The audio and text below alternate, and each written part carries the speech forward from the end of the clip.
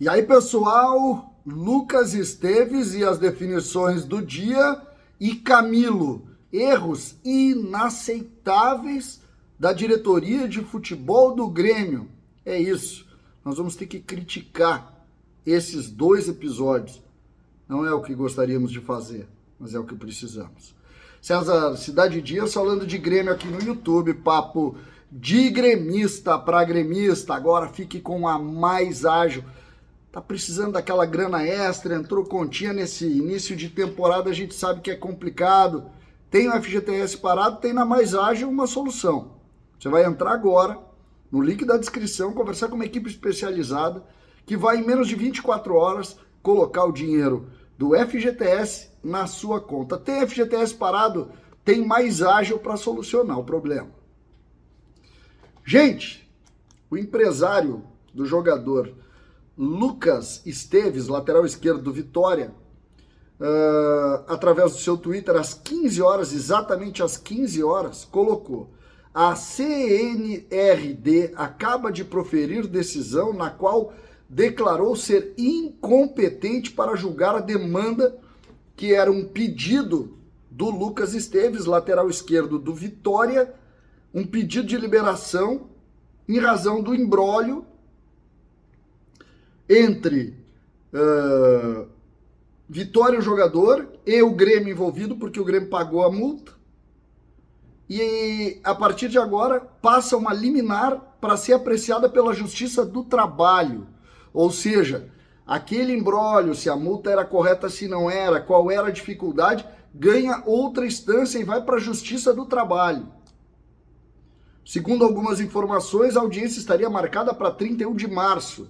Ou seja, a liberação desse jogador para jogar o Grenal, como de alguma maneira se sugeria no Grêmio, não deve acontecer. Claro que tem aí uma possibilidade de liminar, mas a partir do momento em que vai para a Justiça do Trabalho, a liminar pode cair. A liminar pode cair. Então, fica muito difícil de entender e até de abraçar a teoria de que o Grêmio não se preparou bem, ou de que o Grêmio teria se preparado bem para isso. O Bruno Abchecker, inclusive, colocou que o Grêmio vai aguardar a situação ser resolvida e não vai buscar outro lateral nesse momento do Campeonato Gaúcho. Tá errado. Tá errado. Trabalharam errado. Se tinha alguma dúvida na discussão, tem algum comunicador aí que não soube dizer o que tinha que dizer. Tá errado. O Grêmio não pode se submeter e perder tanto tempo buscando um jogador que tu não tenha certeza de contratar. Isso é um caso. Mas tem outro caso.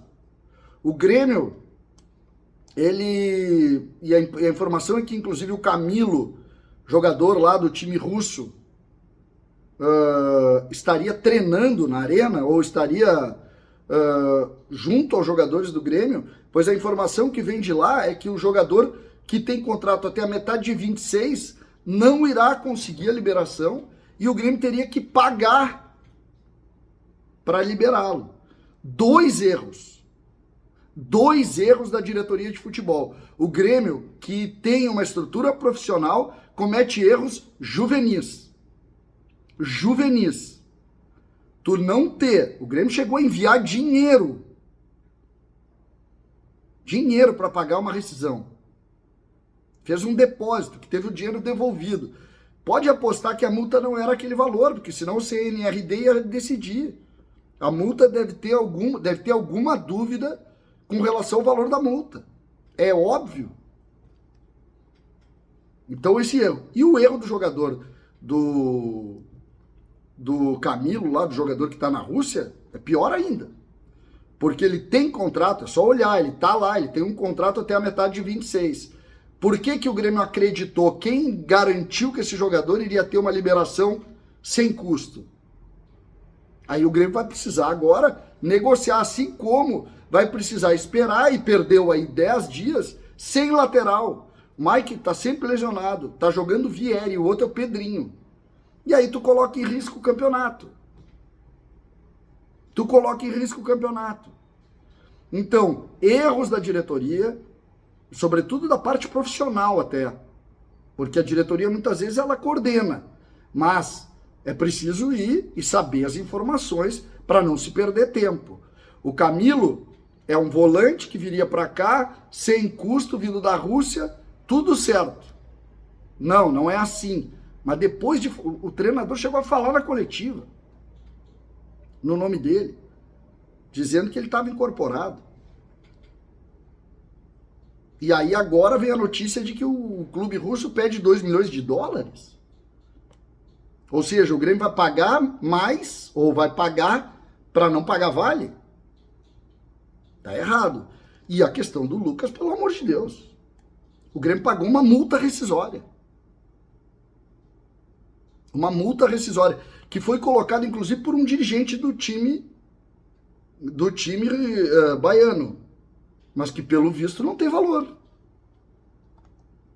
Eu não vou acreditar nessa história de que esse jogador ele está sendo de alguma maneira batido ou sendo as coisas dele estão sendo negadas porque o presidente da CBF é do Vitória. Não vou acreditar, vamos parar de teoria da conspiração. O que a gente precisa saber é o seguinte, legalmente, qual é a história? Por que isso não pode ser resolvido pelo Conselho Nacional? Que é quem cuida das relações entre jogadores e atletas. Por que isso teve que ir para a Justiça do Trabalho? E aí agora tu vai para a Justiça do Trabalho e tu permite que essa liminar que o Grêmio pode pleitear, ou que o jogador pode pleitear, caia ali na frente. Porque ele também não pode ficar submetido a trabalhar dessa maneira. Então, mas o Grêmio precisa se precaver. Nós estamos falando da imagem do clube. E a imagem do clube, nesse caso aqui, não foi cuidada. Não foi cuidada. São duas situações. O Luiz Wagner Vivian, que é o executivo do Grêmio, que se mantém aí, precisa explicar isso aqui. Os dois casos precisa explicar.